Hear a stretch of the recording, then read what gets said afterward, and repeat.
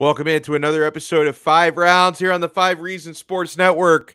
Forget about the free Kane thing. Well, don't forget about it because it's still important, but free Nate Diaz.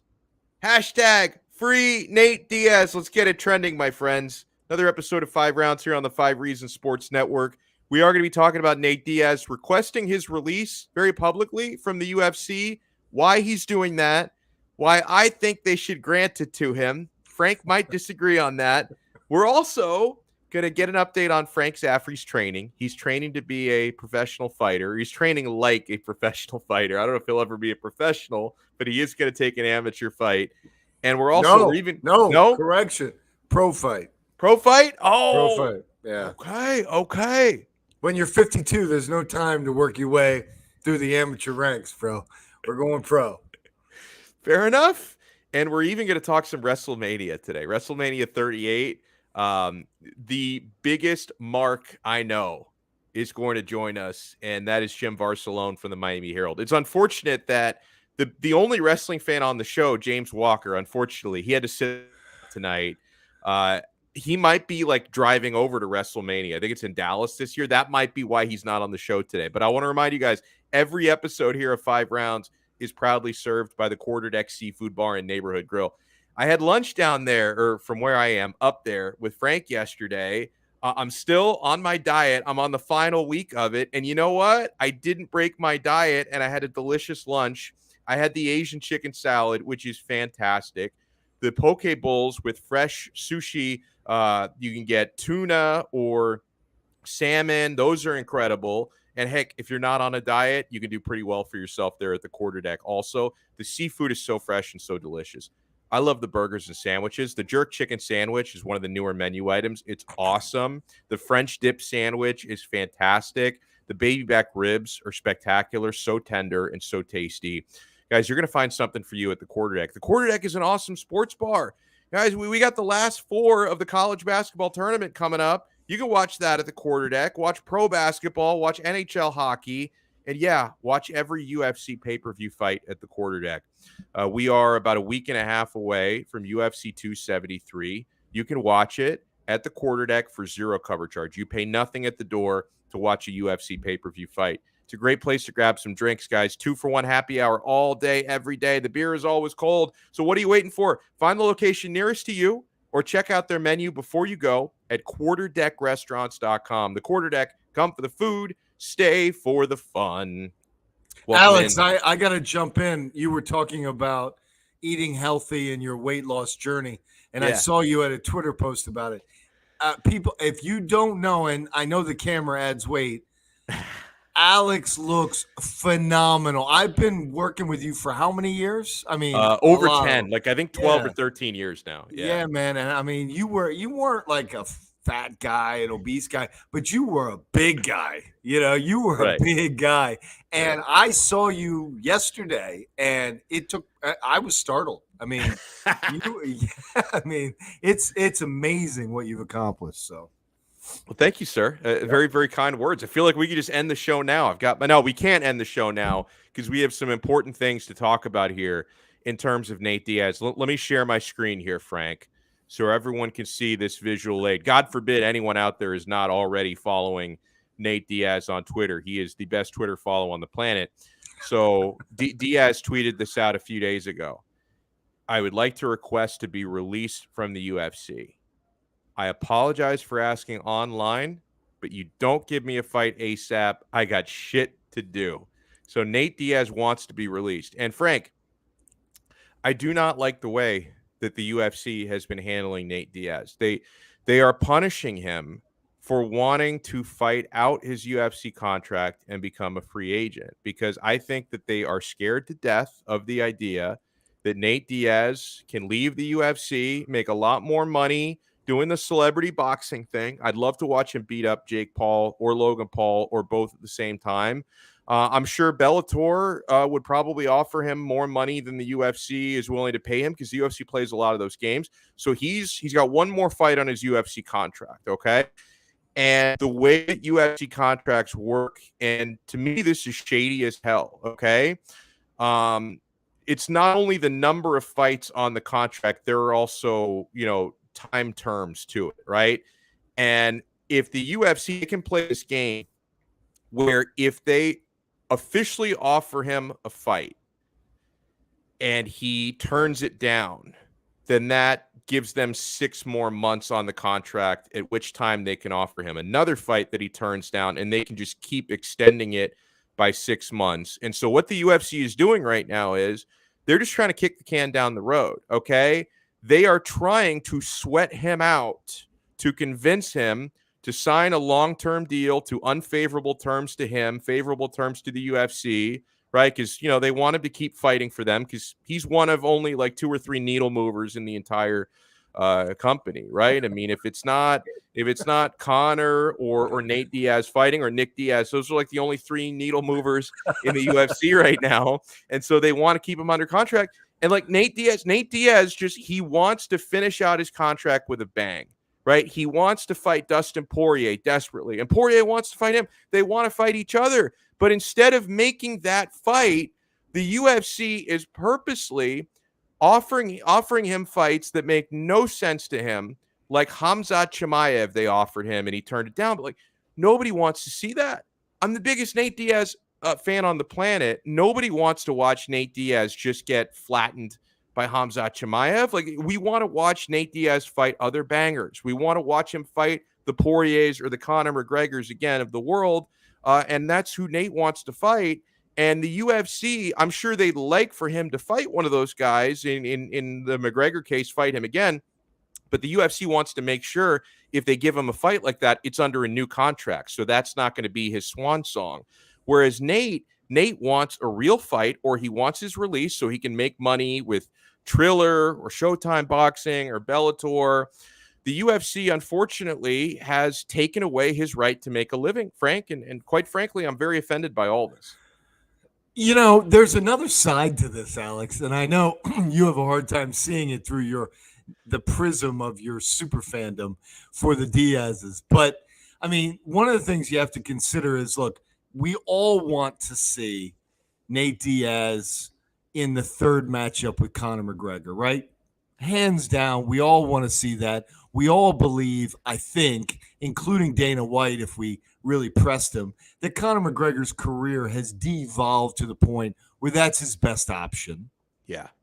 But the problem with that is Conor McGregor believes he's going to beat Kamaru Usman for the welterweight title. So, no, but that's serious shit. Like, he thinks that. He doesn't want the Nate Diaz fight. So unfortunately for the UFC and for fight fans, that fight's off the table.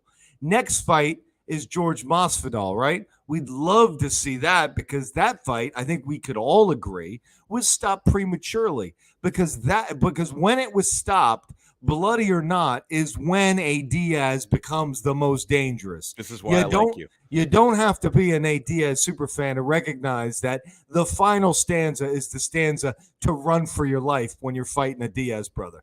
So we didn't get to see that. We'd like to see that. Unfortunately, though, for George, it's like been there, done that, you know? And I think George still thinks he's got mileage left in pursuit of bigger and better things. You know, Nate is the cash in, my career's over perspective guy for some of these fighters. Mm-hmm. Third option is Dustin Poirier. You're right. Dustin wants it. Nate would take it. But I think in that instance, the UFC believes that Dustin Poirier should still be a relevant title contender. And pitting him against Conor McGregor takes him out of the rotation, or pitting him against Nate Diaz takes him out of the rotation, puts him in harm's way in a way that could end him in terms of a viable, title challenger. Should that be their aspiration? So I think for those reasons, the 3 fights that make the most sense to everyone, fans, I'm sure UFC executives, everyone, they're not on the table. So what the UFC is left with is a guy who will only take the biggest fight. He learned well from his brother. And so, unfortunately, what are you going to do with him? You got to sweat him out. That's what you got to do with him. So you give him terrible matchups. He turns them down. And as you correctly pointed out, you get 6 more months. Yeah. And sometime before that expires, they'll offer him some other killer that has no name value, that he doesn't want to fight, and they'll just keep going. But good news for fight fans, they'll keep kicking the can until George Masvidal decides he wants that fight, Conor McGregor decides he wants that fight. They'll keep kicking the can until they can make that fight, and they'll hold Nate on ice. That's what's going to happen. How much longer do you think both sides sweat this out? Like, do you think? And we're in the first quarter still of 2022. We have a lot left to go here. Like 9 more months left in this year. Do you think we see Nate in the octagon again by 2022? Because I'd love to have a stronger opinion on this, but I'm legitimately 50-50. Like, I am legitimately 50-50 on it. Do you think we see him again this year? No, I don't, because I think Conor McGregor is hell-bent on that title shot against Kamaru Usman, and I know that, I don't know if it was last week or the week before, we had people who were a lot smarter than me on the show, and they disagree with me, but I think he's going to get that fight. I think it was Dean that told me that wouldn't happen, but I think he will get that fight. That division is cleared out. It would be a fun fight for Kamaru Usman, and, the odds are going to be about 1,000 to 1 for, for plus, minus 1,000 for Usman, but I mean, they'll make that fight. So I think Conor McGregor is not going to be available. The wild card is George Masvidal and his legal issues. So, that could go on for a while. So, no, right. I think Nate's on ice for a year. And, the Diazes don't mind being on ice for a while. I mind, though. Like, I had to wait like 6 years to watch Nick fight again. Like, I'll buy – if Dana White would let me, like, raise the money, like, I'll start a GoFundMe and we will buy Nate Diaz out of his contract. Now, look, the idea of a Jake Paul fight for Nate Diaz, I salivate at the thought of ending this sensation that is predicated on nonsense. I really do. But the problem with it is, unlike the Floyd Mayweather Conor McGregor thing, there's no chance of co-promotion, which is the only way something like this can happen. So really, the only way we can get Nate active and fighting Jake Paul is to get Jake Paul to come into the UFC. By the way, have you watched this? Nate posted this on his Instagram. Somebody reposted it here, but this was inspired by the Oscar slap from Will Smith. Well, I was there. I wasn't there for the filming of that. Matt wasn't there for that because he had. I was there. wasn't. He slapped the shit out of Dana White. I'm sure he wants to do that again right now. I love that. I mean that, but by the way, that video. That indicates there's a better relationship than is led on. Look, they're all frustrated, but Nate's a rich guy, and he's a rich guy because of his relationship with the UFC. And he's right to want the fights he wants. He's not asking to fight for the title. He's asking for big fights. We just outlined it. There are 3 big fights for him, but unfortunately, for 2 of them, they won't happen because his opponents have, delusional aspirations about what their careers are actually doing. The only one that, could happen is Dustin, but I just think the UFC thinks too highly of him as a legit title contender. Are you sure it's that though? Because honestly, I think the bigger factor here is I don't think that they would have any problem making Dustin versus Nate if Nate signed a new contract first. I don't think they want that to be Nate's last fight. I think they want to lock him up to a long-term deal, and then they'll let him fight who he wants. I think they're afraid he's going to go out there and make fireworks because, and listen, I'm being real here. Dustin probably beats him, but Dustin versus Nate is going to be a lot of fun. Like, it's going to be I don't know that Dustin beats him. I really don't. And I think that gives the UFC a lot of pause. I mean, you're right. Obviously, they want to leverage him into a new deal. You're 100% right. But, I mean, I don't think necessarily that that's a slam dunk fight for Dustin Poirier. With all due respect to Dustin and everything he's accomplished, Nate Diaz, and I'm going to start sounding like you for a minute, but I mean, that's a scary motherfucker. I mean, he can put it together against anybody. He was 1 or 2 more punches away from finishing Leon Edwards. Yeah. I mean, he's not somebody to be trifled with. And his cardio and his willingness to take punishment, that's a scary fight for Dustin. And Dustin, you want to go to the ground with Nate? No. Like, I mean, it's a scary fight. It's a scary fight. Yeah, and just to put a bow on the Nate Diaz thing, and then we'll move on to the toss-up. I better cue that up. Thanks for the heads up. That's why. That's how we do it here. This is production. I give you the heads up. Outside of, like you mentioned, and you laid it out perfectly, like the 3 fights that would be really interesting and compelling. You could even maybe throw in a 4th, because I think at some point down the line, if he does stay in the UFC long term, Tony Ferguson versus Nate Diaz could be a lot of fun. So there's like 4, possibly 5 fights. It'd be really interesting if he does sign a new long-term deal. Outside of that, like I don't have any interest in seeing him fight, Leon Edwards types. Like I have no interest in ever seeing him in the same octagon with Kamaru Usman, because it's just a terrible stylistic matchup for Nate Diaz. So if it's not one of those 4 or 5 fights, I would rather see him like kind of go off to pasture and fight elsewhere, just because I just enjoy watching. Same thing like with Fedor. Like Fedor never even got into the UFC. But yeah, there was a time 10, 11, 12 years ago when I was desperate for Fedor to get into the UFC. Like when we were talking way back in the day, Fedor versus Randy Couture, Fedor versus Brock Lesnar, when they were at the top of the craft, we never got to see fights like that. I mean, Fedor's still fighting. I know he's nowhere near UFC level at this point, so I'm glad like he's in Bellator and he's fought in Asia just against tomato cans, and I just enjoy that. It's like eventually Nate Diaz is going to get to that point where like there's really only a handful of fights in the UFC that he could even compete in. I don't think he's at that point yet, but eventually he's going to get to that point where I'd probably rather see him elsewhere, because he just brings me genuine joy watching him fight. Alex M says Nate versus Dustin would have to be at welterweight. I think 100% it would be at welterweight, because that's the sort of fight where it's not advancing anybody towards a title shot, and they're just going to want to be comfortable. Like both guys are going to say, do you want to cut weight? Do I want to cut weight? Nope. Let's just fight at whatever weight we're comfortable at, and the UFC is not going to stand in their way. Interesting. I'm sorry that I know that was the wrap up, but interesting. Cool. Nate has become a much bigger deal than his brother. I hate that too. Several years ago, I love them both. Yeah, I know. I love them both, but Nick is my first love. Like Nate, I will never hold Nate to the same high standards that I hold. And you know why Nate's a bigger deal? Because he's in the UFC. No, it's because he beat Conor McGregor. But it's also because of his UFC career. Okay. Nick had a lot of fights in the league that not a lot of people were watching. That's true.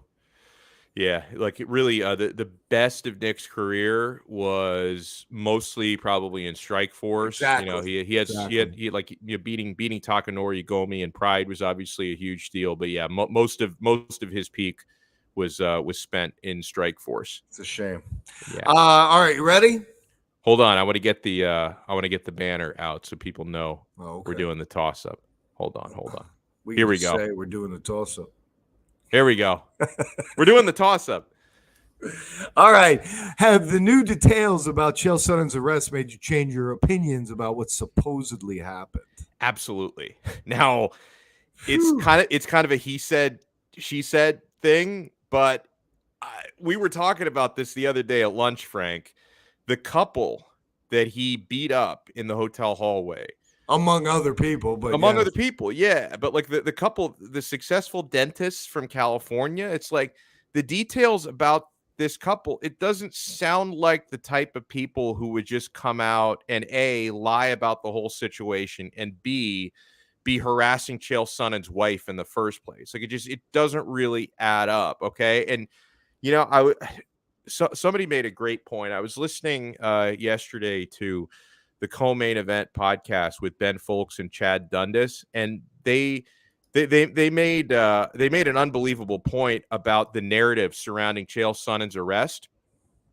The person who basically started and it caught fire, it went viral, the story about Chael defending his wife's honor, it's why he beat a bunch of people up. The person who started that was Brendan Schaub, like on his podcast. And it took on a life of its own. So it's like, wait, so we're going to take Brendan Schaub's word for everyone else's word? Like it's a weird thing. And the story, and again, I can't say with 100% certainty that this couple or any of the other people are telling the truth, but it just seems more likely than Chael or Brendan Schaub telling the truth, because I thought the whole thing was weird. It's like, wait, you're telling me almost a dozen people were harassing Chael Sonnen's wife, including women? It just, now you look back at it and it just sounds silly, doesn't it?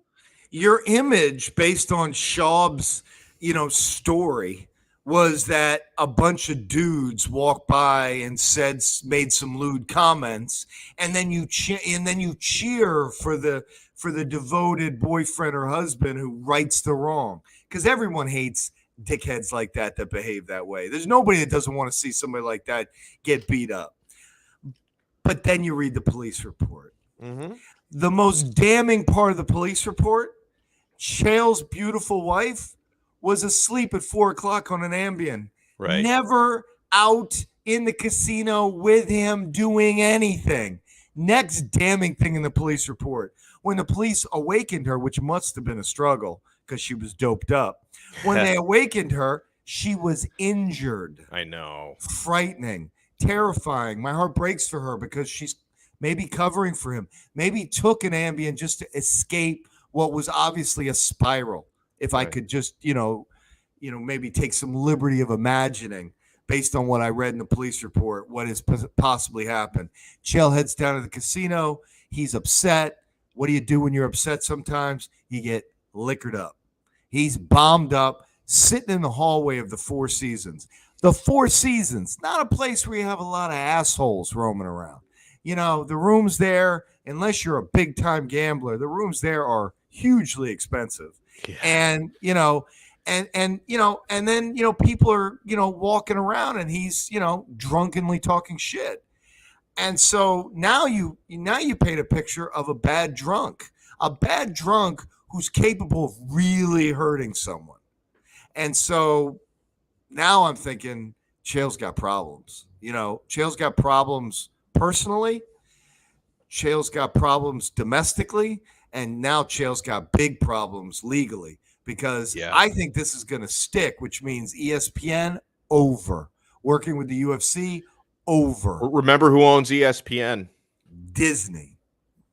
Nobody at Disney is excited about having a guy like that representing their brand. So we lose. And here's the thing, right? We lose this incredible talent. But, I said, I think a week ago, we've got a guy who's basically the Lance Armstrong of our sport. Went on an incredible run, challenged Anderson Silva not once but twice, damn near beat him the first time, only to be revealed that he was using the exact same goddamn drug that Lance Armstrong was using, EPO. One of the most dangerous performance-enhancing drugs you can use. So he's a cheat. And somehow Teflon Don Sonnen gets through all that and finds himself at a desk at ESPN pontificating about the sport, but he's good at it. He's really good at it. Yeah, so I was thinking, you know what? This is great. He's a bright guy. He understands the sport. He's found his place. His life is settled. This is going to be good. And now you have this nonsense, and it's career ending. This isn't cancel culture, by the way, for people who think this is he legit beat the shit out of a bunch of people who didn't deserve it. And harassed a bunch of people who didn't deserve it, and possibly even his own spouse. We don't know for sure, but Alex, it could have been you and I at a fight. We come out of our room, we're heading down to get a drink, and Chael Sonnen kicks your leg, and then you say, "Hey, what's up, dude?" And he stands up and punches you. I mean, it could be you. It could have been you. I like a month ago, I was in a hallway with Chael Sonnen. I'm lucky to be alive right now. I walked right by him at the Eagle FC. He was walking out of the restroom. I was walking into the restroom. Told him I loved his YouTube channel. I'm lucky he didn't pop me in the face. Yeah, and what do you do in that moment? I mean, Chael's a big dude. He's walking around at 230, but he's drunk. Do you engage him in a fight? Do you try to get away from him? He's swinging, obviously. From the police report, he wasn't intimidating you or just kind of pushing you or getting your face. He was coming with bad intentions. That's very scary when you're talking about a seasoned professional fighter of his caliber. I mean, it's a bad story. It's a bad story. And you know who was all over Twitter talking about it was John Jones.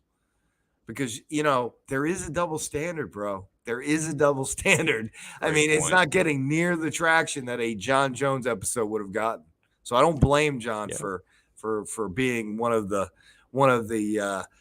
people most enthusiastic about sharing all this. Yeah, and it's right, and obviously, like, you know, the two of them are at different points in their lives where, like, John Jones is still a top level fighter, but even so, like, despite the fact that John Jones is more famous, it's still not getting covered with the same tone, Frank. And I've got to believe that there's a big racial component to that because, like, so many, like, with Chael Sonnen arrest, people look at this like, oh, you know what? Hey, if you talk about the guy's wife, you mess with him, he's going to pop you in the face. Good for him. And then with the John Jones thing, oh, what a terrible person. This guy can't stay out of trouble. There's definitely a different way people perceive it.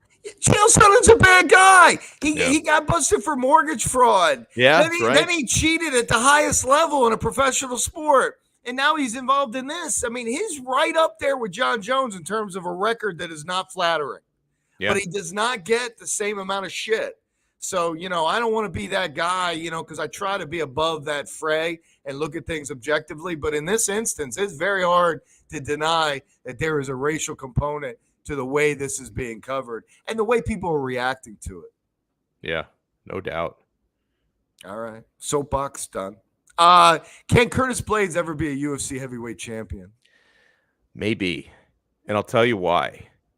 If Francis Ngannou, he stays out of the picture, Curtis Blaydes with his wrestling, which he didn't really even use last weekend, by the way, which was crazy because which looked bad initially, right? It looked like, what are you doing? He got tagged a couple times. Yeah. He got yeah. It was like he knew he always had it in his back pocket. And to be fair, like Daukaus tagged him a couple times. Blaydes, obviously, even before he knocked him out, tagged him plenty, landed a couple of stiff rights, and then eventually hit him with a knockout punch. But Blaydes is an excellent wrestler. And when you look at, you know, a heavyweight division with the likes of Ciryl Gane on top of the division, who just got soundly out-wrestled by someone who's not a wrestler in Francis Ngannou, if Ngannou doesn't come back, and Blaydes, he's already asking for, you know, an interim title fight with Ciryl Gane, he's got a decent chance of winning that fight just with his wrestling alone. Right. So I'm saying it's highly possible that Curtis Blaydes, who, you know, dispatched of Kyle Daukaus, game plan be damned. I don't know if he just consciously decided, I don't think this guy can really hurt me, so let me stand and trade with him. I don't want to wrestle. I want to give the crowd a good fight, whatever it was. He still knocked him out. You know, in a title fight, I would imagine he's going to go with his bread and butter, more of the wrestling. I think he could beat Ciryl Gane, so I'm going to say he could be a champion.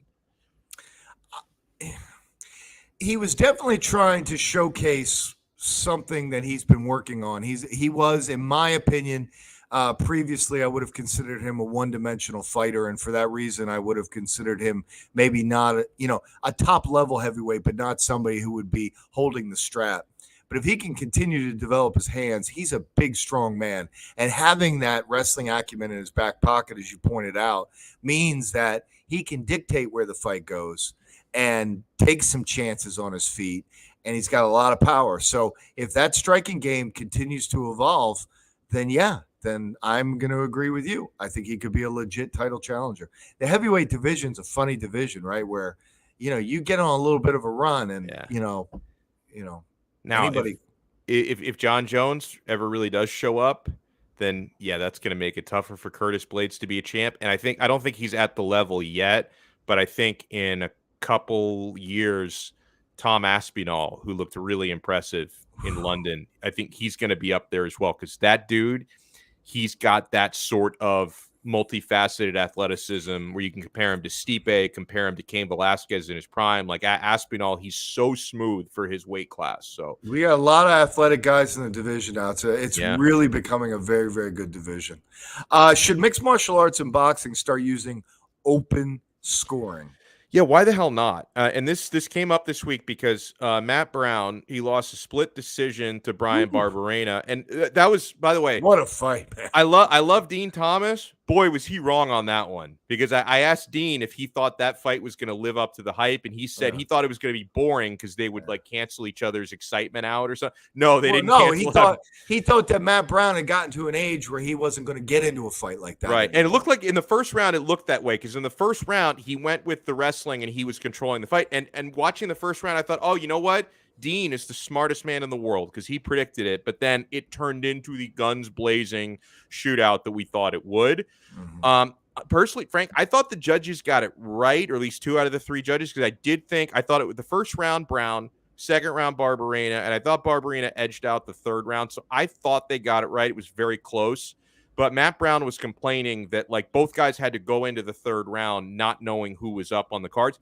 He's right. Like, why don't we use open scoring where you know how the judges have it? Because they have to turn in round by round. Like they don't wait till the end to score it. They do a score for every single round.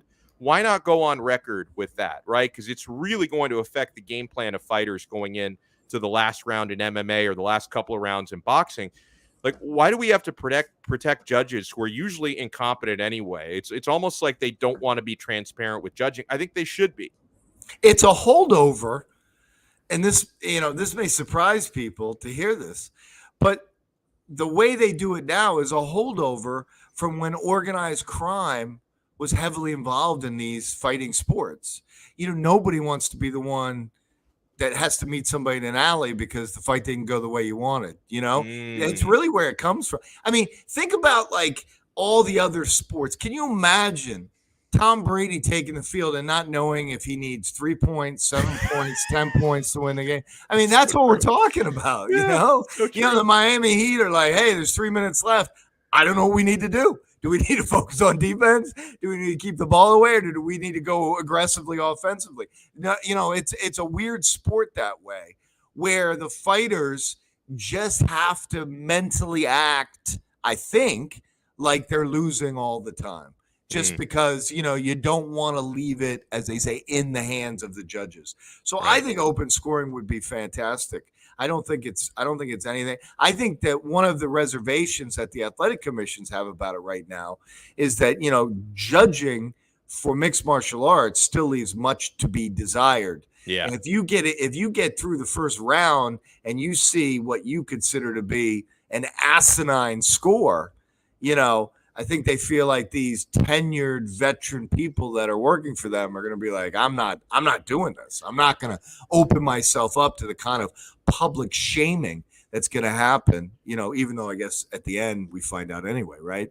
True. But I think during the course of the fight, they think that would be detrimental to their, to the brand of the athletic commission. But yeah, I mean, it's absurd. It's the only sport we have no idea what the hell is going on at any point in the fight. And everything you just described, it explains why pro wrestling is the sport of kings. There's no judging. They don't have to leave it into the hands of the judges. And I love it. And every time there's a big WWE event, I love bringing on the legendary Jim Varsellone, who's been covering wrestling at a high level for so many years with the Miami Herald. And he's a great friend of the program. He also covers MMA at a high level. I love seeing Jim out there at the events. We reunited a couple times at the PFL shows that were down here recently. Now, Jim, I'm correct in saying this, right? That this week for you, WrestleMania week, it's like Super Bowl week to the conventional sports media. This is your Super Bowl. This is the World Cup, the Super Bowl, the Kentucky Derby, all rolled up into one. I didn't mention the Oscars, but now with Will Smith and Chris Rock, we could put that in there as well. Okay, so the first thing, Jim, and this is, I am a terrible wrestling fan, but this is the time of year every year where I start to get engaged because WrestleMania is so much fun. And I'm looking through the bout list, at least the ones that we know about. Like I'm even seeing some names on there. I didn't realize we're doing it or we're back. Like I didn't even realize Ronda Rousey was back in and she's going up against Charlotte Flair. Well, when did Ronda Rousey get back in the fold? Yeah, several months ago, Royal Rumble. She surprised there, won the Royal Rumble, earned her shot at a championship at WrestleMania. She went after the Queen, Charlotte Flair, the SmackDown Women's Champ, going after her. It's funny because it was Charlotte Flair and Ronda and Becky Lynch that were the first women to main event a WrestleMania. And now you're going to have Charlotte Flair, Ronda Rousey going at it. But night one, there's 2 nights of WrestleMania. Thankfully, we can get into that in a minute. Yeah, it's 2 nights because the thing was like a marathon that they ran on Sundays. It was all day. But the thing is, with Ronda and with Charlotte, it was thought of they were going to be the main event of night one. But now, since they're in Texas, and since Stone Cold Steve Austin, the Rattlesnake, is now going to be part of the show, which I'm wearing my WWF Attitude Era hat in honor of that. That was my favorite era of wrestling, Jim. Monday Night Wars. Once they changed the F, that was it. It was over for me. When they changed the F, I got the F out. Well done. It was good. Very good. But it's so good because Stone Cold, who does so many other projects, they finally got him involved. Not really saying it's a match. This very talented WWE superstar Kevin Owens called him out to be a guest on his show, making fun of Stone Cold. Stone Cold responds. But now they're putting that as the main event of night one. So really? Yes, this is interesting now. What's going to happen? Look, The Undertaker is going to be inducted into their Hall of Fame on Friday night. He's from Texas. He'll be there at WrestleMania. Shawn Michaels, who works for WWE behind the scenes with NXT, he'll be there. He's from Texas. I'm expecting at the end of the night, I would love to see this, where you have Stone Cold Steve Austin, Undertaker, HBK, Triple H, who just announced his retirement because of health reasons. He'll be there, though. John Cena and maybe The Rock all in the ring together. And then if you can get Hulk Hogan and Ric Flair to be there as well with Mr. McMahon, what a photo op to end night one of WrestleMania. I'm hoping they do something like that because they're noted. Not so much at the end of the show, but they've had Stone Cold, Rock, and Hogan open the show for WrestleMania one time. And they've had HBK, Mick Foley, and I believe Stone Cold open another one. So they like bringing back the nostalgia. So I'm expecting something huge now because it is going to be the last thing we see WrestleMania Night 1 on Saturday, April 2nd. Do you feel like did they balance it pretty well? Because, I mean, obviously, like they want the biggest bang, I'm sure, to be on Sunday. But do you feel like it's pretty well balanced between Saturday and Sunday? It is. Whoever put this together, you have star power, obviously, on each night. Listen, some of these WrestleManias, they would start at 5 o'clock. They wouldn't get over till midnight.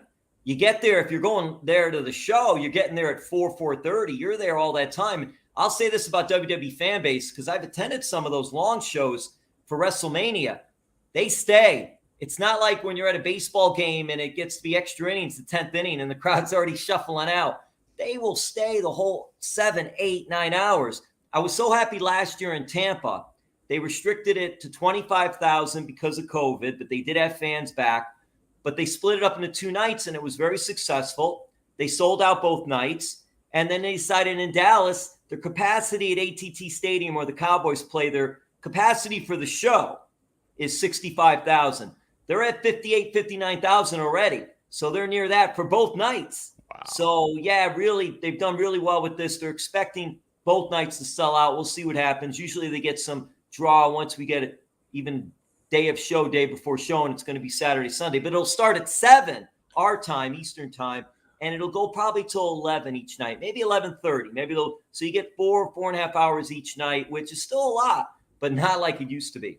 The numbers on the pay-per-views for that and the live gate, like, is that still like exponentially better than what we see in the UFC or even some other professional sports? The live gate, yes. Yeah. What they're doing now, very different with the pay-per-view model now.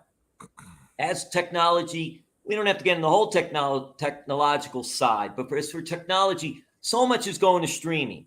Yeah. So really, they really don't have pay-per-view providers showing WrestleMania. What they're doing is they made a huge deal with Peacock to take their own network that was streaming, WWE Network. So in the United States, the only way you can see it, well, there's a couple ways, but the main way to see it is through Peacock. So you spend $9.99 a month, but you not only get WrestleMania, you get all the content on Peacock for the year. So it's real, or not the year, for the month. You get everything on Peacock for the month, everything, The Office, all the shows, whatever you want. Plus, you get WWE Network, which shows WrestleMania and all their called pay-per-views. Internationally, WWE Network still exists streaming. So if you're international, you go to WWE Network, and they're making money off that streaming-wise. What movie theaters are doing, and AEW, another pro wrestling group that just started a few years ago, and they're doing well. They're on TBS and TNT. They've been showing their big shows at movie theaters, Cinemark, Regal, and AMC. And WrestleMania is going to do that too. So you could either go to the movie theater if you don't want to get Peacock, or this year you can go to even to Dave & Buster's. They worked a deal with Dave & Buster's to show WrestleMania as well. Which I would do that. It's going to be interesting on night one because you got March Madness Final Four going on Saturday night. And then you also have WrestleMania Night 1. So I'm wondering how Dave & Buster's is going to be set up for those. There's going to be a line. There's going to be a line out the door. Is how they're going to be set up. Well, they got enough TVs in there. They'll figure that out. Yeah. So what are the matches that you're looking forward to most? Night 1 will be interesting because you'll have Charlotte Flair going against Ronda Rousey, and those two have been just beating each other up. When you watch them on previous weeks on SmackDown on Friday nights on Fox, they really go at it, which is something you like to see because you know it's show, but you also want to bring that realism to it. And they're really kicking, punching, and beating the crap out of each other. At least it looks that way, which adds some legitimacy. And then you're like, okay, I'm getting into this. What is going to happen? I'm really looking forward to that. There's also Becky Lynch is going against Bianca Belair for the Raw Women's title. Becky's one of the best. Bianca main evented last year's WrestleMania with Sasha Banks. They're on the show. But I'll tell you what I'm most looking forward to night 1. There's a WWE superstar, Seth freaking Rollins. And the bit with him the angle was he couldn't get on the card. He couldn't get on either night. He did all these matches, couldn't get on. Finally, he went to Mr. McMahon's office, and Mr. McMahon says, "Why didn't you just ask me?" So the thing that they're doing with him is I love the old school mystery opponents.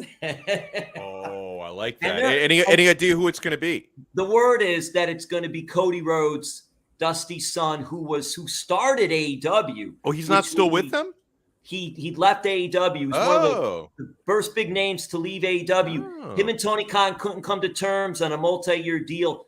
Very cool of Tony Khan. He had him for this year. He had the option. But since they couldn't work out a multi-year deal, Tony Khan said, you know what? If you can go elsewhere and get bigger, better, go for it. I'm releasing you from your option, which that was, in this business, that was really cool of him to do because he could have kept going. Frank, Dana White needs to do that with Nate Diaz. In fact, I would love if Nate Diaz was the mystery opponent. Dana needs to let him go. I could see. How about Conor McGregor showing up as the mystery opponent if he can get out of trouble? That would be fun. Yeah, that's right. He had another thing with his Bentley. He's that dude's always in trouble. We're expecting 2 big nights of pro wrestling, sports entertainment, whatever you want to term it, action. But that night 1, there's going to be just a ton of talent. This is their Super Bowl, so all hands on deck. You've got celebrities involved. They always have celebrities involved. But this year, we actually have 3 athlete celebrities involved in matches. You have Logan Paul that's going to be in a tag match. You've got Johnny Knoxville from Jackass fame is going to be in a one-on-one match. I love it. Then you have Pat McAfee, the NFL former punter, who's now a color commentator on Friday Night SmackDown for WWE. He's going to have his second match in the company. And he's just a huge fan. And in his first match against Adam Cole, who's now with AEW, when they were in NXT, McAfee hit it out of the park. Obviously, Cole helped carry him, but McAfee did a tremendous job. This will be a second match. Expecting a lot out of Pat as well, and they've been building us up well as well. So they always have that star power. There's going to be country music artists singing America the Beautiful each night, and other surprises. You never know who's going to show up for WrestleMania as well. You know, I love the star power reference because, the UFC, it would be great to have a transcendent movie star, but we had Rampage in the A-Team. We had George St. Pierre as a poorly acted, villain. You have The Rock. You know what I mean? Like a major motion picture star. John Cena's John gigantic Cena. now, too. Had you seen a commercial he's not in recently? I mean, holy shit. So, yeah, I mean, that kind of stuff has to be just unbelievably next level, lifting for them, for their league. It just says that's so interesting too, Frank, because it says a lot about what their entertainment aspect and what you can do when you become a pro wrestler, sports entertainer, and where that could end up. Because there have been many other WWE superstars and pro wrestlers that have been in movies, some good, some not so good. I'll bring up even another one, Batista from Guardians of the Galaxy. Right. And he's been in a few other movies that have been pretty darn good with some good casts. And he's done well for himself. Goldberg, Stone Cold Steve Austin. Yeah, they've done TV shows and movies and are doing very well for themselves. We're going to go back to the Attitude Era because so many young people got into the Attitude Era.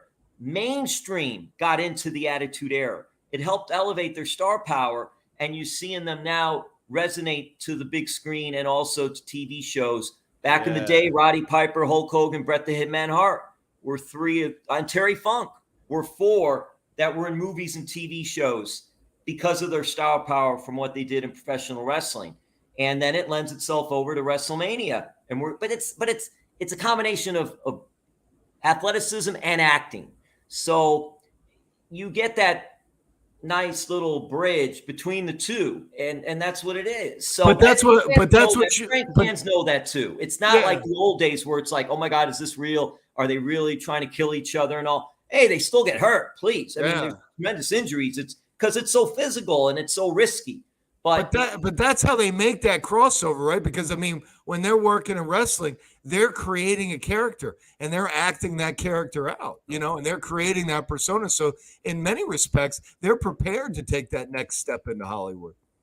Going over scripts, some of them are script. Right. They go pay line by line. Some of them do impromptu. They hit their points, but exactly, you're on live TV every week. It still amazes me.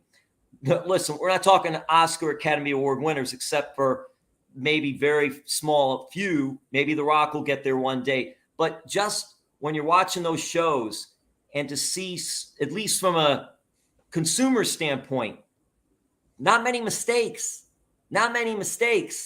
In the ring, they might fumble a little bit on a move or something. As far as them just going along with what they're saying, sometimes they might crack a smile here or there. They say something and you're like, uh-oh. But more times than not, I mean, every week, WWE puts on, 6 hours of live TV programming between their three shows. And now AEW does 3 hours AEW has some tape shows, but WWE is putting on six hours between Raw, 3 hours on Monday, SmackDown on Friday, 2 hours, and NXT 2 hours, 8 hours of live TV each week. It's a good, just getting them ready for any type of acting or TV in the future or commercials.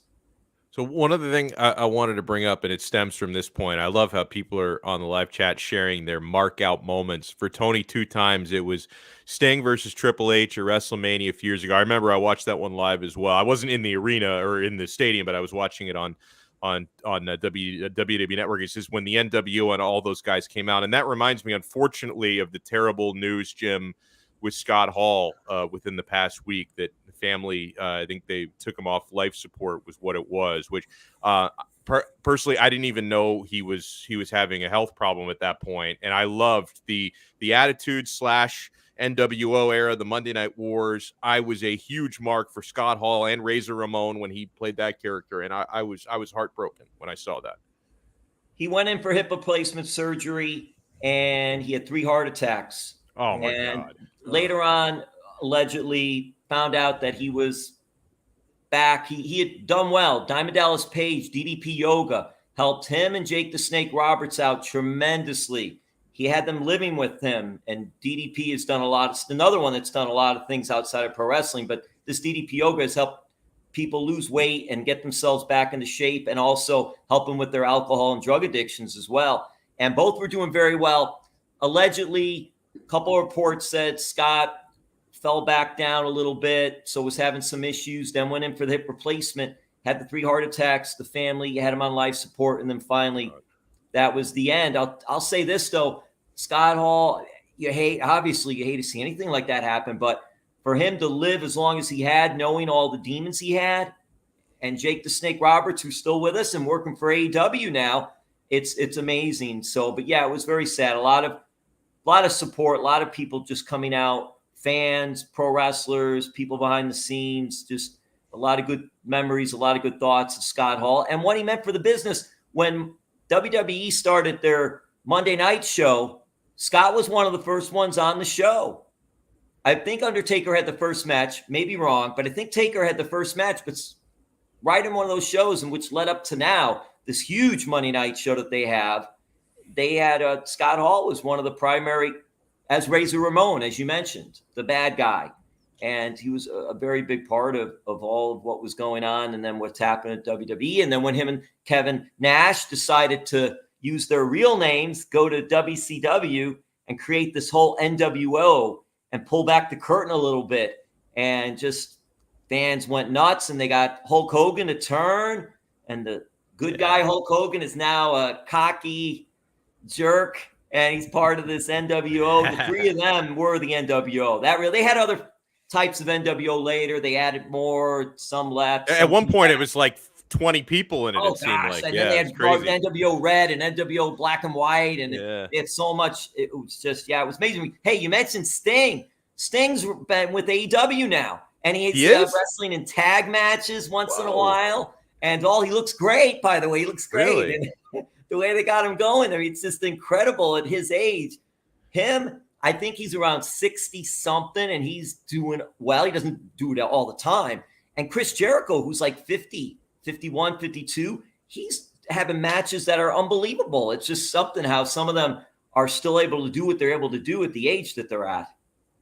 Well, that's amazing. And thank you so much. I always love talking to Jim. And guys, probably anybody watching this now already knows about it, but WrestleMania this weekend, 2 nights, my friend, Saturday night 1, Sunday night 2.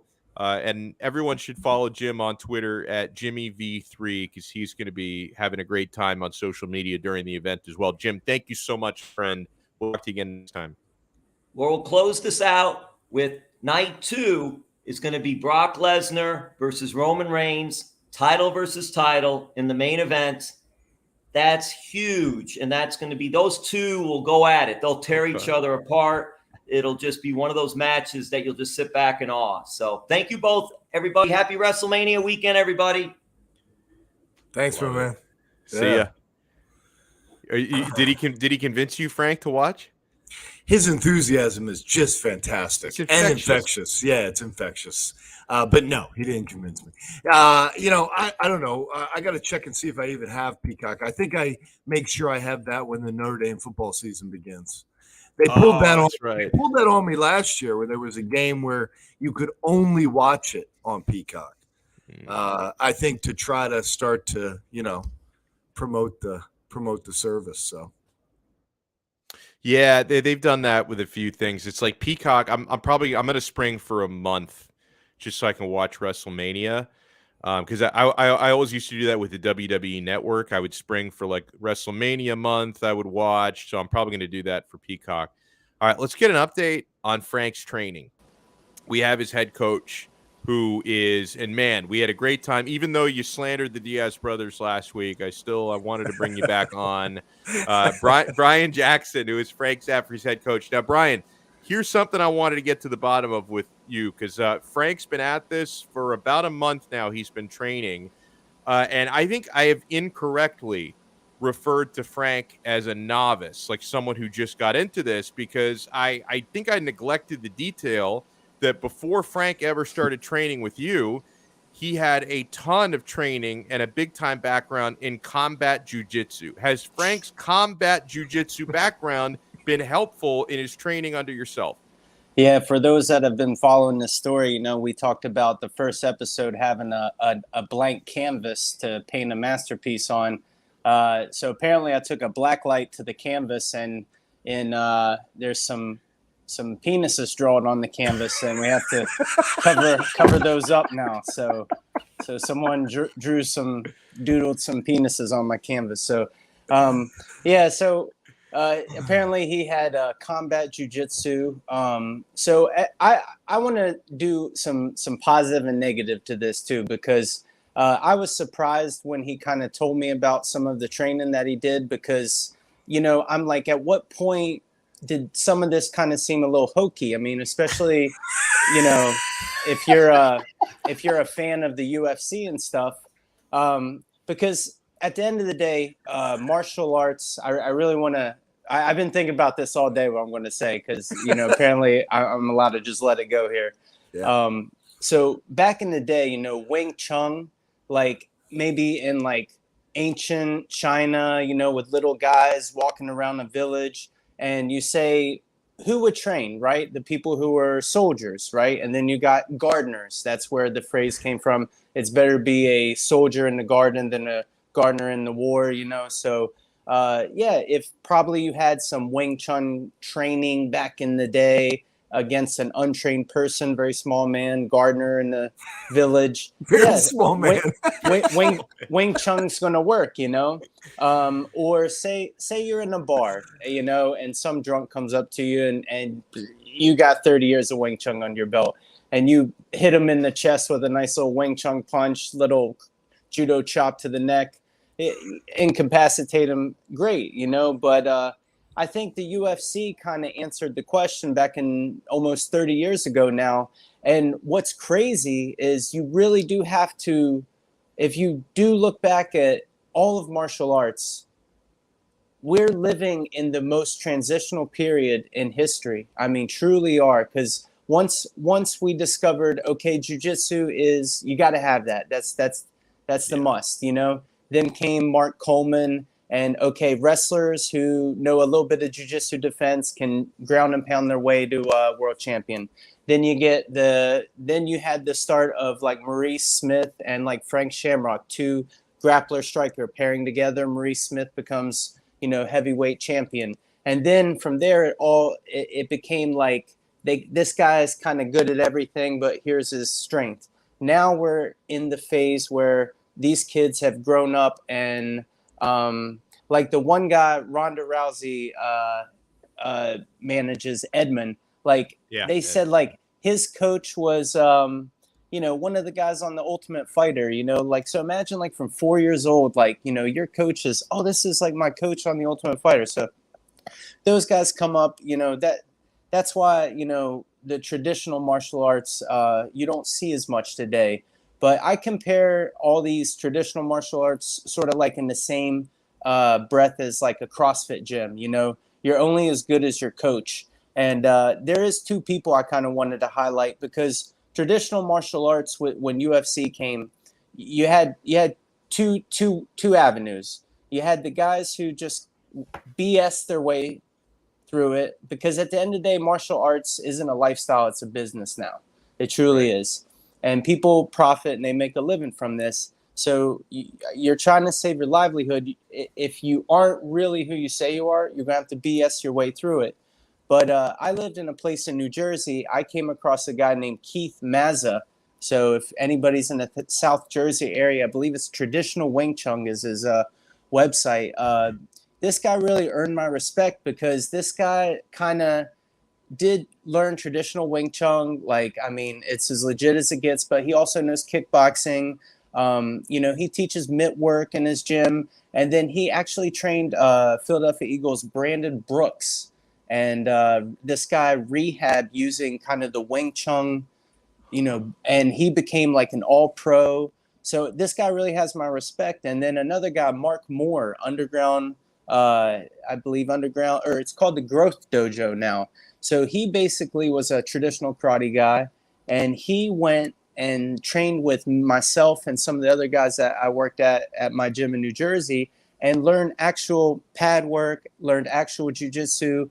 and he sort of teaches a hybrid. Like he's basically Tony Robbins. He's sort of like inspirational speaking, like teaching, that style with like legit pad work, and that's a great place to go, But now, like, spinning off on where Frank's gone, apparently I didn't know that Frank could rip my throat out, at any given point. Yeah, I can remember there was a Steven Seagal movie. I can't remember which one it was because they're all the same, but where he literally snapped a dude's arm in half and like the bone came out and everything. I picture Frank being able to do that to people. He'd probably stab you with the exposed bone, the right. That's what fracture. We do. Once I fracture your forearm, I remove the bone and then I stab you with it. That's right in the jugular. Yeah. And then the instructor also teaches you a good one-liner for when you kill him, like, stick around, bonehead.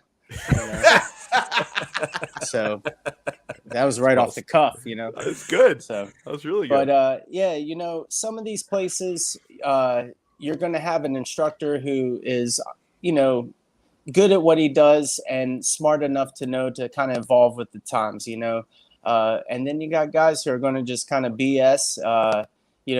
You're not able, Krav Maga is another one. You kind of, when people, I'm a black belt in Krav Maga. Oh, okay. So you can gouge my eyes out, right? How many times have you done that? Well, none. So but I know how. How do you know you could really do that? In the heat of the moment, you carry into your first fight about 10% of the knowledge that you have. So you're telling me, your life's on the line, I mean, you got this Dust guy. I don't know if you're familiar with him, the Detroit Urban Street Tactics guy. I don't think so. Oh, you haven't seen him? Okay. So he actually got to corner a UFC fighter recently. So it was kind of like trolling a little bit because everyone busts on him. And this guy had a really good attitude, went out there and, played his role, didn't try to do more than he should. But the UFC, I forget the UFC fighter. He's a guy, I think, that did that spin kick. But he actually did some training with him, and I guess it's better than nothing. But ideally, I think, the growth dojo would probably teach you not to put yourself in those, surroundings, So I think, Alex, Brian hit me with that right away. I'm trying to brag, hey, I know some stuff, He's like, well, tell me about something. Well, we got this throat strike. Well, how do you practice that? Well, we don't really. We just kind of, and to his point, if you're not practicing it, if you're not actually executing it, how are you ever going to really do it? That's a good point. So whoever invented those techniques have killed 40 people just in the gym. I know a lethal throat strike. I have a body. I have a pile of bodies a mile high of people I've trained with. I don't want to bore people with technical description of my problems, but one of the things that I was doing with Brian and sparring was instead of just covering up and being in a position to be prepared to return fire, my instinct was to go after the incoming punch, because in Aikido and Jiu-Jitsu, you want to go after that elbow or whatever, because everything is in anticipation that you're basically fighting a drunk guy in a bar, right? So they're going to come wind it up. There's going to be huge momentum. Body's going to be going. You got to go after that arm. He's like, what are you doing? And that's when it was revealed that there's penises on the canvas. So he basically looks like Wonder Woman deflecting bullets with her wrist. It's like that would be an impressive skill. You throw a hook. I want him to roll underneath. He's like, what's up? It's like. I think that's a Mr. Miyagi technique there. I think he was trying to do the wax on, bro. I was painting the goddamn fence. Yeah. Hey, man, he worked me today, bro. I'm on my third bottle of water. I mean, Yeah, how did it go? But before we run, Brian, how did the session go today? Because Frank, I think he talked about 10 or 12 rounds. You said 13. He did 13. So we did 10 rounds of mitts and 3 rounds of boxing with a punch counter on his wrist. So we actually get to see the velocity of his punches. We get to see like an intensity score, which is based on how often he throws and how fast he's throwing, and his punch count each round. So his first round, he threw 215 punches after doing 10 rounds of mitts. And then the following round, I believe 150. And then the last round was around 160. Awesome. And then in there, we get a full PDF report with a timestamp of every punch he's thrown. And certain punches were, there was one punch almost 20 miles an hour that was clocked at. Oh and the average boxer we looked up is about 25 miles per hour. The average human's around 15. So, you're a killer. Yeah. So how lucky am I with this coach? Right? I got technology on my wrists. I got this report that is a mile long. I mean, I'm very, very lucky. Yeah, Hisco. What is this technology? Can my Apple Watch do that? What are you using for this? It's Hisco. Hisco. HYSKO. So shout out to them if you want to send me a little care package at Action Jackson FTL on Instagram. I'll promote you more. But it's a great little product. You just put it in your wrap and it records the speed and what you punch and how many. So it's great for bag work. That way you can set a tone and you can try to maintain that tone, or see if you're still able to punch fast. When your intensity score goes down, that you're not punching as hard, you're not producing, intensity. Hey, Frank, did we figure out when you guys are going to reconvene with Dean Thomas? I want to make sure I'm there for that. Dean was pretty enthusiastic. Brian was on that chat, so I think he would concur. Dean was pretty enthusiastic, probably because he was wondering if this was going to fizzle out, in 10 days. So now that he doesn't know you if he thought it was going to fizzle out. Right, you don't fizzle. I try not to fizzle. So now that he knows this is serious, and I know he respects the shit out of Brian, he's pretty enthusiastic about making it happen. So I'm hoping we're going to get something booked for next week on Tuesday, maybe Tuesday or Wednesday. So as soon as that happens, I think that would be the best time for you to come up. You could see Brian in action. Dean's colorful. He's fun, and we really just want to get his impression of the work product to date, so. That's great. Well, Mr. Action Jackson, thank you so much for taking some time, man. And let people know, by the way, again, drop the Instagram handle so people can find you. Oh, yeah. Action Jackson FTL, like Fort Lauderdale. So just Action Jackson FTL. I don't post a ton, but if I get some new followers, maybe I'll throw some archive footage up, some training footage. So, definitely want to get back into, showing some techniques. So we can start filming a little bit of what we're doing with Frank, get something on there. But yeah, I definitely would like you guys to come up, and I think that we might actually do like a little mock spar session that you can really see him in the heat of the battle. So you can see him in a controlled environment, and then you can see him, we'll let the dog off the leash a little bit and see what happens. See if his Wing Chun disrupts his good training. So, but yeah, so. Well, if all else fails, I've got that throat. I got the rip out the throat, Patrick Swayze style Roadhouse. Right. Now, if you were to like use your technique in a sanctioned fight and, God forbid, you literally rip somebody's throat out and they die, is that murder? Like, do you get or is that just part of a fight? Like the fight's the fight. Like, is that an illegal technique? The throat rip, it's actually banned in every organization. So yeah, you would probably be going to jail. No, so. Yeah. And by the way, I was never trained in that, so I don't actually have a throat rip. But a lot of in that genre of fighting or self-defense is basically what it is. A lot of small joint manipulation. A lot of illegal. Pinkies, which is of course illegal, but a lot of work on that, grabbing the pinky or whatever, and just tearing it off. MMA fighters get looked down on for grabbing the inside of the gloves now. Right. Imagine if you bent someone's pinky back, and that would be. Alex, one of the things you're going to enjoy is that Brian can do, as he's teaching, impersonations of various fighters styles. Oh, that's awesome. He hit me with Rampage. He hit me with an Anderson Silva. I mean, he's really, he's a super talented guy. But when he does it, you're like, oh my God, I'm watching the guy. Like, that's it. That's the move. That's what I watch. So, that's how you learn. You learn from watching the legends, over and over. Just break it down, break down the film. The one thing he's teaching, I was showing him with the Rampage, is the cover, counter. That was the best thing that Rampage did, was go cover, and just rip.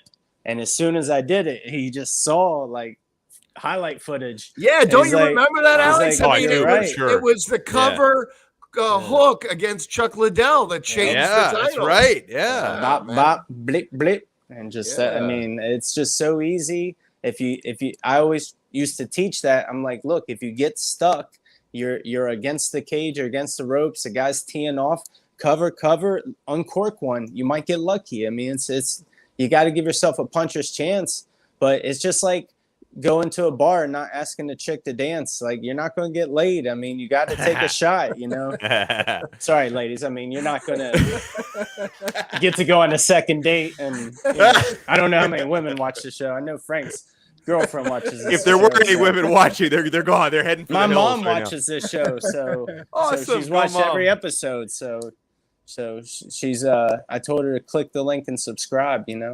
Oh, see, there you go. My own wife won't even watch the show. So she'll sometimes she'll watch like the first 5 minutes. She's like, I see enough of this clown at home. I don't need to watch it. My mom does watch sometimes, though. So show her my parts. See if she'll, maybe we can reach out to the moms and the, get them involved in this. We need everybody. This is a movement. I love it. Brian, thank you so much, man. I hope to see you out there next week. We'll have a good time. All right, guys. I'm looking forward to it. See you, brother. Take care. Well, that's going to do it for this episode. But before we run, I want to remind everybody, you got to support the Quarterdeck Seafood Bar and Neighborhood Grill. They've been supporting the South Florida community for how many years now, Frank? How many years has the Quarterdeck been serving South Florida? 35 years, my friend. It's incredible. 35. I'm 37 years old. For almost my entire life, the Quarterdeck has been a South Florida institution. They are a very combat sports friendly sports bar. I've been going for years to various Quarterdeck locations to watch UFC pay-per-view fights. They offer it for no cover charge. No cover charge. You go in there, you enjoy the delicious seafood. If you're not a seafood fan, there's plenty for you, my friends. The All-American Burger, the jerk chicken sandwich, the French dip sandwich, unbelievable pasta dishes. The baby back ribs are fantastic. There's so much you can have at the Quarterdeck. 2-for-1 happy hour, by the way. I go in there and I knock down the 2-for-1 margaritas like nobody's business. It's fantastic. The beer is always cold. Whether you want to watch big basketball game, we got the last 4 in the NCAA tournament coming up, NBA games, NHL hockey, you name it, they have it at the Quarterdeck. Find the location nearest to you and check out their menu before you go at quarterdeckrestaurants.com. The Quarterdeck, come for the food, stay for the fun. You see why I have so much fun with that guy, right? Oh, he's a character. He is a character. So I usually before we wrap it up, I ask if we have any parting comments. I do have one because I want to go back to very early in the show. Alex M was asking if we had seen the odds for not this weekend, but the following weekend. And by the way, next week's show we'll be doing a big UFC 273 preview because it's not this Saturday; it's the Saturday after. But he asked me if I'd seen the odds for the Gilbert Burns Khamzat Chimaev fight.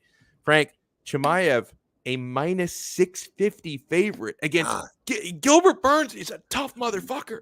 Minus 650 favorite. Burns is a plus 425 underdog. Now listen, I think Chimaev's going to win the fight, but I don't think he should be a minus 650. That's insane. That. Yeah, I don't get that. I got a lot of respect for Gilbert Burns. I don't get that at all. I agree with you. I think he's going to lose, but at what you said, plus 425 for Burns. Yeah, I think I'd throw a few bucks that way. I will as well. And like the only way I'm betting Chimaev is if it's part of a very big parlay. Like if I do sometimes like 5-fight parlays where like minus 600 or 650 gets kind of absorbed in that. It's just like cherry on the top of the pot. So maybe that, but man, yeah, I might do both. I might do the big parlay with Chimaev and I might sprinkle some cash on Gilbert Burns on the money line. So yeah, any parting comments from you, Frank? Yeah, we had some comments earlier in the show when we were talking about Chael Sonnen that were suggesting that something has changed in the last few hours regarding his charges. So I just wanted everyone to know we're going to check on that. If there has been a substantive change, we'll tweet it out, which means Alex. But I think there's some confusion because the misdemeanor charges were dropped so that they could reintroduce felony charges. That's what I saw. So exactly. I think that may have created some confusion. But hey, we make mistakes and things are happening very quickly. Oh, so but hold on. Brian just said. Let me bring Brian back in because he just popped something in the. So were the felony charges dropped as well, Brian? Yeah, it's like 6 just misdemeanors now. Okay. So there are still misdemeanors. Forget Alex's tweet. We got Brian here to set the record straight. It's even better. Yeah. I follow Uncle Chael pretty regularly. I watch like a lot of the stuff. I don't watch the fights. I just hear Chael talk and I know his YouTube channel is fantastic. It's great. I met Chael Sonnen when he fought. It was one of when Eddie was fighting for like Bodog.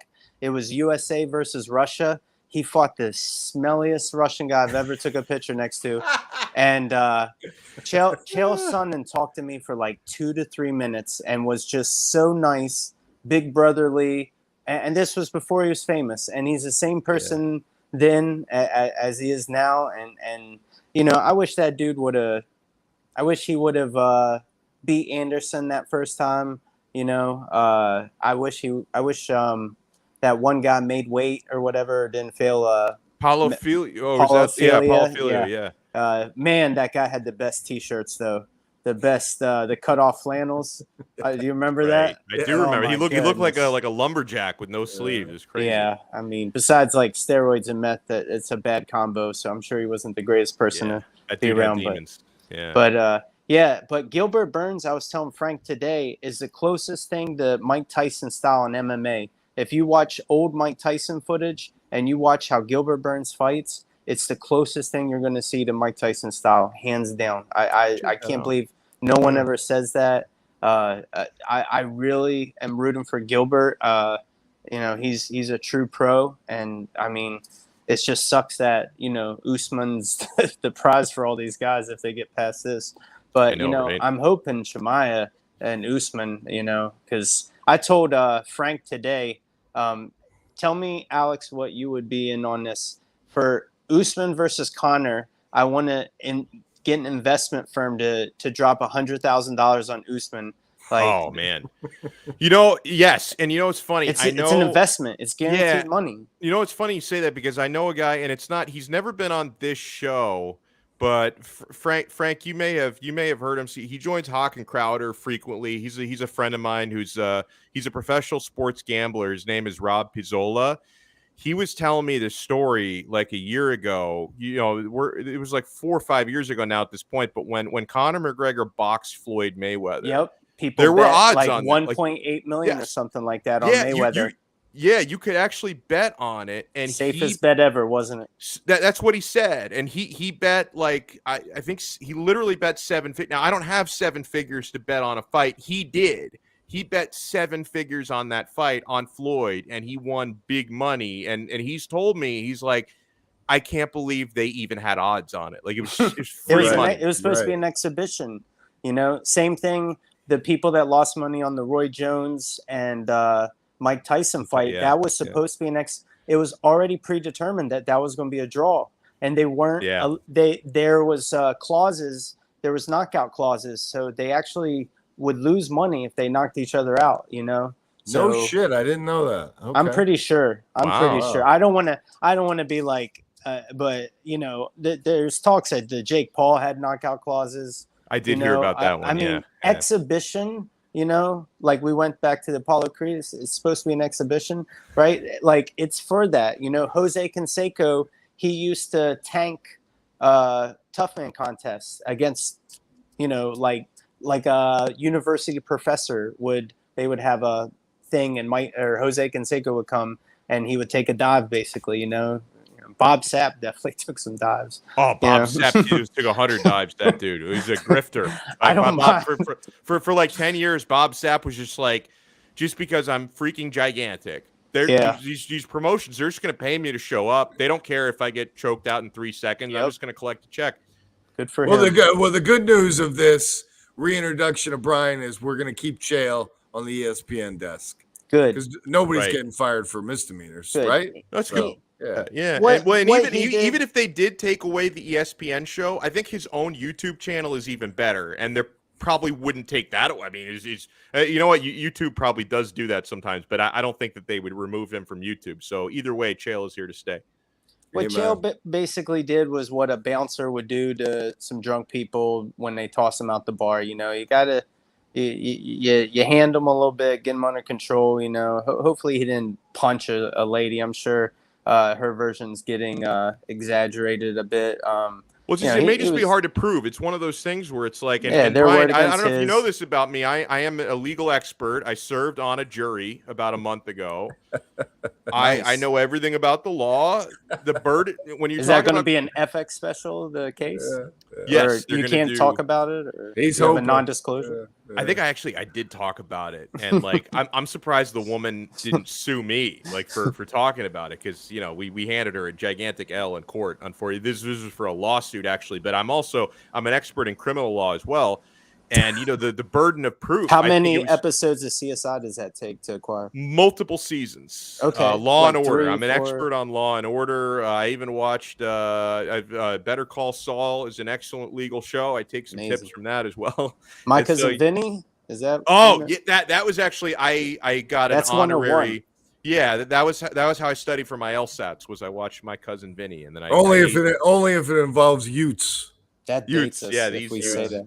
So no, I just think, you know, he's not necessarily innocent, but they just didn't have enough evidence. His word against theirs, didn't have enough to prosecute. All right, so I really do have to run now.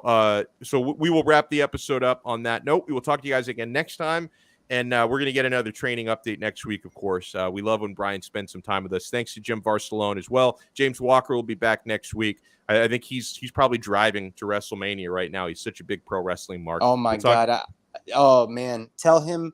If he will Instagram me live the Stone Cold fight, I'll take him to dinner, or I'll do something. If he Instagram lives me or FaceTimes me when Stone Cold comes out, I'll be in debt to that man forever. That is going to be the most amazing thing. I hope. Like, I don't know if you guys are wrestling fans, but Stone Cold and Kevin Owens are going to be the main event. Yeah, I don't know shit about Kevin Owens, but Stone Cold, like his heyday was my era, the Attitude Era. I loved Stone Cold. Do yourself a favor, YouTube Stone Cold or Kevin Owens impersonates Stone Cold. He rips a crowd. He got him twice because he let the music drop and he came out with a bald cap and dressed as Stone Cold. And they booed him, and then he hit him again. He hit the music again, like Stone Cold was going to come out, and he got him twice.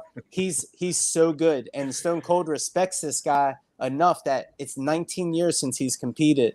I don't watch pro wrestling either because the that era has not been able to be topped. And John Cena. And they can't top that era because everything is too PC now. Like if you go back and watch like the old episodes of Raw from like 1997, like your jaw drops. It's like, oh my God, they would be canceled. Like they can't do that anymore. It was all based off Jerry Springer is what they used to do. Yep. Is like that was their main thing. Is this is reality TV? We got to hit shock. We got to raise the bar every week. And, now, they do have restrictions. AEW is like a little bit better. I haven't gotten into it at all, I love how you claim you're not a wrestling fan anymore, but now you're listing off. I think you're a closeted wrestling mark to this day. Oh, I love that. I mean, Mark, if the people at home don't know what a mark is someone who believes wrestling is real. So what has hurt wrestling industry is there's no more marks because everybody knows, and people don't do kayfabe. Kayfabe is staying in character. So that is like, obviously social media's ruined that. So the allure of, and then also it's smaller wrestlers now. The CM Punk completely changed, wrestling, and he was held down because of his size, and that's what made him so popular. And, it's interesting, you know. But everything runs its course, you know. It's like Blockbuster Video. You got to adapt or die. And you know, Vince McMahon, I think, kind of probably holds that promotion back a bit. And it's all money. It's all money. They got to be able to sell shirts in China or whatever, you know. That's why that loser John Cena, he made that like he offended China because he referred. Now we're gonna get this episode canceled. Jesus, but he offended. You know what? China's not that bad. I don't blame them for COVID. I love Chinese food, and I love, you know, Jeremy Lin he's Chinese, right? That's not right. I'm not I sure. believe so. Yeah. China's all good. We love you, China. Don't hurt us. 2049, we still love you. Thank you for the iPhones. Yeah, thank you for the iPhones. Yeah. Thank you for. I'm wearing Nikes right now. I'm sure that was made by. You know where my iPhone was made? No, China. Yeah. Yeah, we love you, China. So yeah, I think the Nikes come from Bangladesh, but yeah, definitely on the iPhone. Yeah. So maybe we'll have to do a WrestleMania recap as well next week. We will talk. Huge shout out to Brian, of course, to Frank, and even though James wasn't with us, he's with us in spirit. And Jim Varsellone was awesome. We'll talk to you guys again next time on another episode of 5 Rounds